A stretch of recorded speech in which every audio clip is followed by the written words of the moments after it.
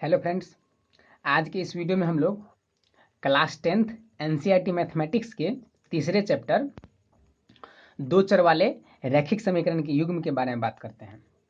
ठीक है, देखिए अब हम जब भी दो चर वाले रैखिक समीकरण, जिसका इंग्लिश होता है pair of linear equation in two variables, okay, तो इसमें दो चार पॉइंट्स है। जैसे दो चर क्या हुआ, रैखिक क्या होता है, समीकरण क्या होता है, युग्म क्या होता है। तो सबसे पहले हम जानते हैं क्या कि ये रैखिक समीकरण क्या होता है। ठीक है, तो रैखिक समीकरण हम उस समीकरण को कहेंगे जिसका पावर एक होना चाहिए। रैखिक बहुपद हो या समीकरण हो, इन सब का पावर, रैखिक का मतलब पावर उसका 1 होना चाहिए। जिसका भी पावर 1 है, मतलब घात 1 है, उसे क्या कहेंगे हम, रैखिक समीकरण कहेंगे। जैसे आप यहाँ देख सकते हैं, उदाहरण के लिए 6y = 2, तो ये जो y है, तो y का पावर कितना है, हमारा 1 है। तो हम कह सकते हैं कि यहाँ पर कि ये 6y = 2 जो है, ये रैखिक समीकरण है। ये 7x = 7 जो है, x का पावर 1 है, इसका मतलब ये क्या है, रैखिक समीकरण है। फिर 7x + 2y = 12। अब यहाँ पर ये भी तो रैखिक समीकरण ही है, बट यहाँ पर एक चीज और हमें देखने को क्या मिल रहा है कि x तो चर होता है, और जिसका मान हम बदल सकते हैं उसे चर कहते हैं, और जिसका मान नहीं बदल सकते, जैसे 7 को हम 7 ही रहने दे सकते हैं, 7 की जगह पे हम कुछ और मान नहीं सकते हैं, तो उसे हम अचर कहते हैं। तो ये x एक चर है और y एक चर है, जिसे चर को अंग्रेजी में क्या कहते हैं, वेरिएबल्स कहते हैं। तो ये 7x + 2y = इसमें तो दो चर है ना, x भी है और y भी है, तो हम इसे क्या कह सकते हैं, दो चर। दो चर में ये क्या है, रैखिक समीकरण है। तो अब हम लोग सबसे पहले ये जानते हैं कि दो चर वाले रैखिक समीकरण का डिफिनेशन क्या होता है। ओके, देखिए दो चर में, हाँ, तो अब सबसे पहले देखते हैं क्या इसका डिफिनेशन क्या होगा। दो चर वाले रैखिक समीकरण, रैखिक समीकरण,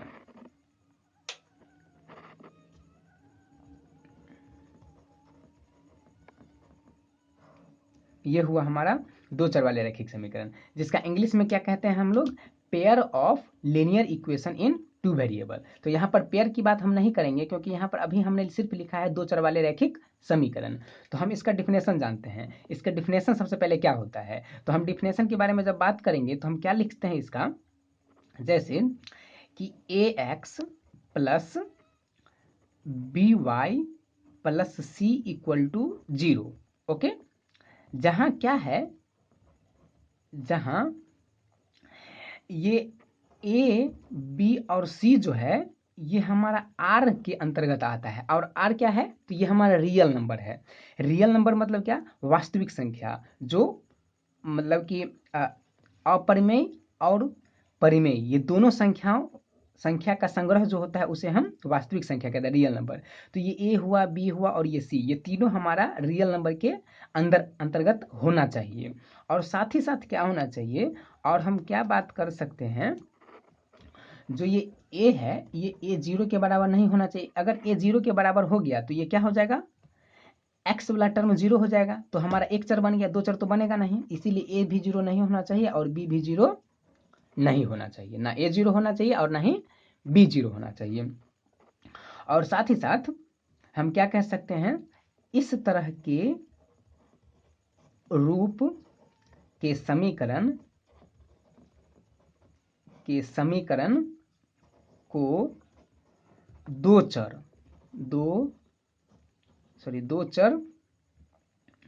x और y, यहाँ पर हमारा चर क्या क्या है, x है और y है। मतलब x y के लिए रहेगा तो x y का हुआ, अगर p क्यों है या यूं भी है तो यूं भी के लिए हुआ। x और y वाले रैखिक समीकरण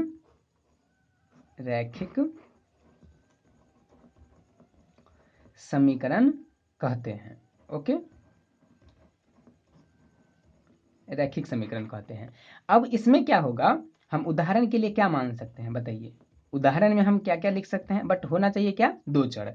जैसे कि 2x + 3y + 5 = 0, इसमें भी दो चर है, x है और y है, हम ऐसे लिख सकते हैं। और क्या दूसरा समीकरण ये कि √2x okay plus 5y minus 3 equal to 0। यहाँ पर भी x हमारा है और y है, मतलब दो चर तो है।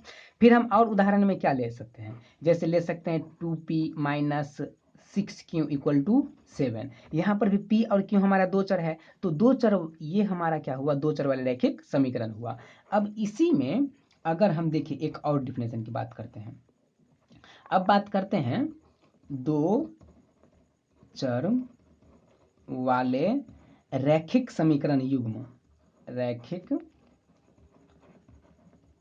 समीकरण युग्म ओके। अब यहाँ पर युग्म का मतलब क्या होता है, जोड़ा, मतलब कोई भी चीज दो होना चाहिए। अगर दो है तो हम उसे कह सकते हैं कि ये रैखिक समीकरण युग्म है, मतलब दो जोड़ा है। तो इसका हम क्या लिखेंगे, जैसे कि दो चर वाले दो कितना दो रैखिक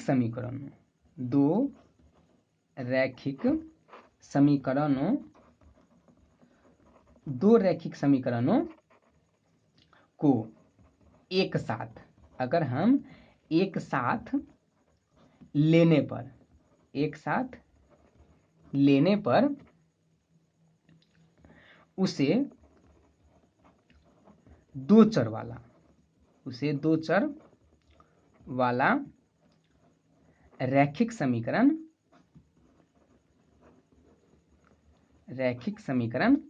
युग्म कहते हैं ओके।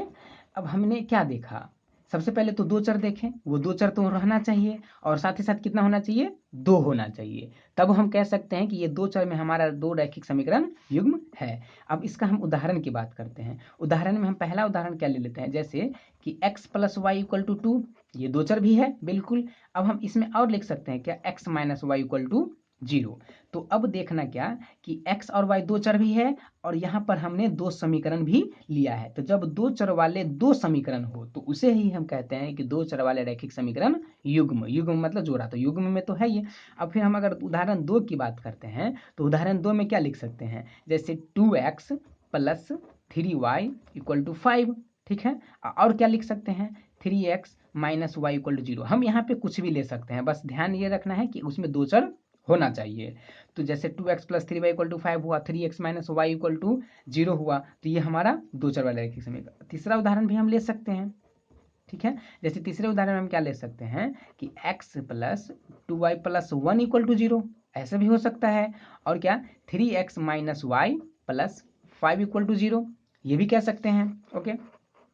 हम एक दो उदाहरण और लेते हैं, ठीक है। देखिए उदाहरण 4 में हम देखते हैं कि x plus y equal to 2 है, ठीक।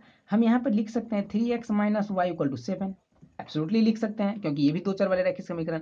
हम और उदाहरण की बात करें तो ये ऐसे भी हो सकता है 1/2x plus 1/3y equal to 9, 7x plus 2y equal to 7, ये भी लिख सकते हैं।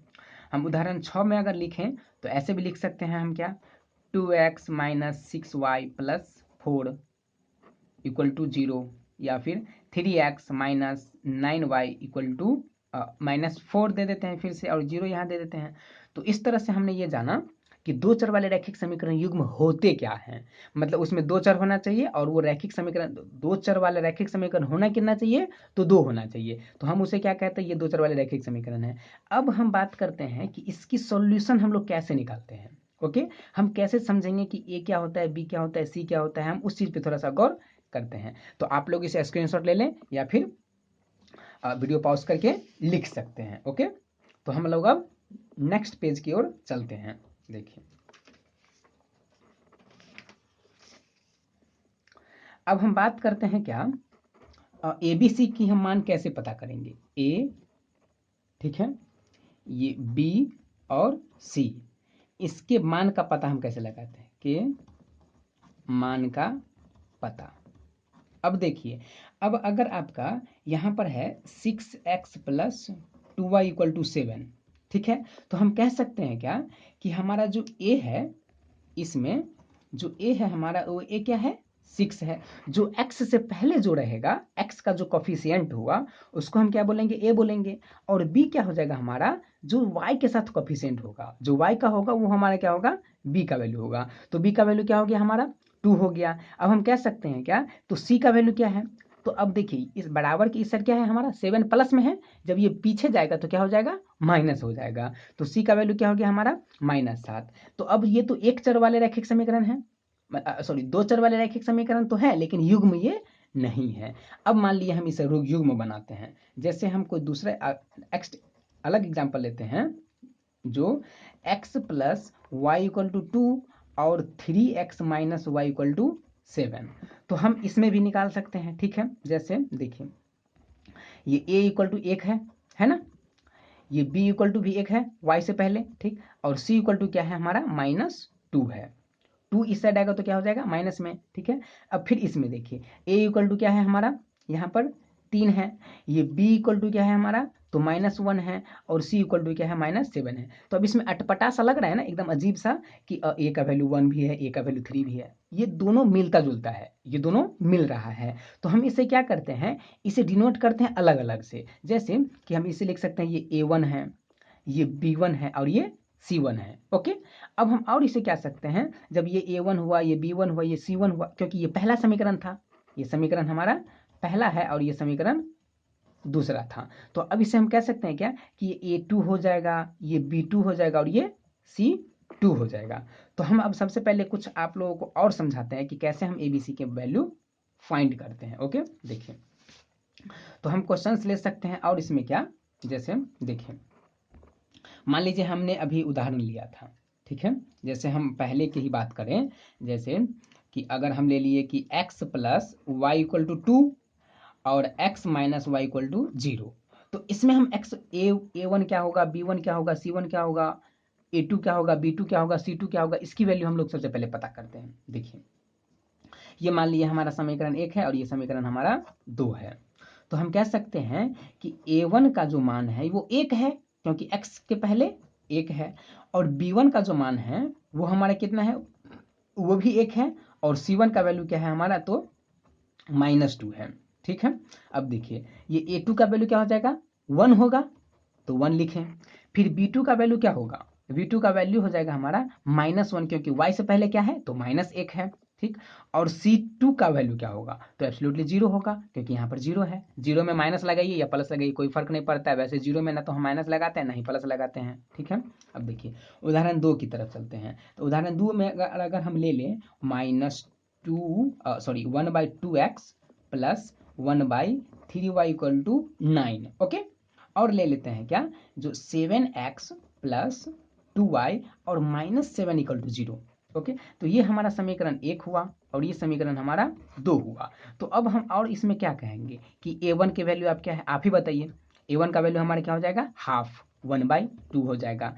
b1 का वैल्यू क्या हो जाएगा हमारा, 1/3 हो जाएगा। ओके, और इसमें c1 का वैल्यू क्या हो जाएगा, तो -9 हो जाएगा ना, -9 क्या, क्योंकि 9 उस साइड जाएगा तो माइनस में आ जाएगा। और a2 का वैल्यू क्या होगा, तो 7 होगा। b2 का वैल्यू क्या होगा, तो -2 होगा। और अब बताइए कि आपका c2 का वैल्यू क्या होगा, अब बताइए आप, c2 का वैल्यू क्या होगा, तो c2 का वैल्यू क्या हो जाएगा हमारा, चूंकि -7 तो इस साइड पहले से ही है, तो c2 का वैल्यू हो जाएगा -7। ठीक है, अब हम आप लोगों को 2-3 होमवर्क में दे देते हैं, जिससे आप लोग इसका वैल्यू फाइंड करके रखिएगा। ठीक है, देखिए हम आपको दे देते हैं कुछ उदाहरण। जैसे मैं दे दूं आपको तीसरा नंबर पर, आप लोग इसे बनाएंगे, जो x plus 2y, x plus 2y -4 equal to 0। ठीक है, और क्या, इसमें 2x plus 4y minus 12 equal to 0, ये हमारा इक्वेशन फर्स्ट हो जाएगा और ये इक्वेशन सेकेंड हो जाएगा। तो आप इसमें a1 a2 b1 b2 c1 c2 इस सब का वैल्यू फाइंड करेंगे। अब 4 नंबर उदाहरण हम दे देते हैं आप लोगों को, जिससे आप लोग फाइंड कीजिएगा, ले लीजिए। ठीक है, जैसे जो 2x plus 3y equal to 9, 4x plus 6y equal to 18। फिर 5वां हम आप लोगों को दे देते हैं 5 नंबर पर, जो ये लीजिए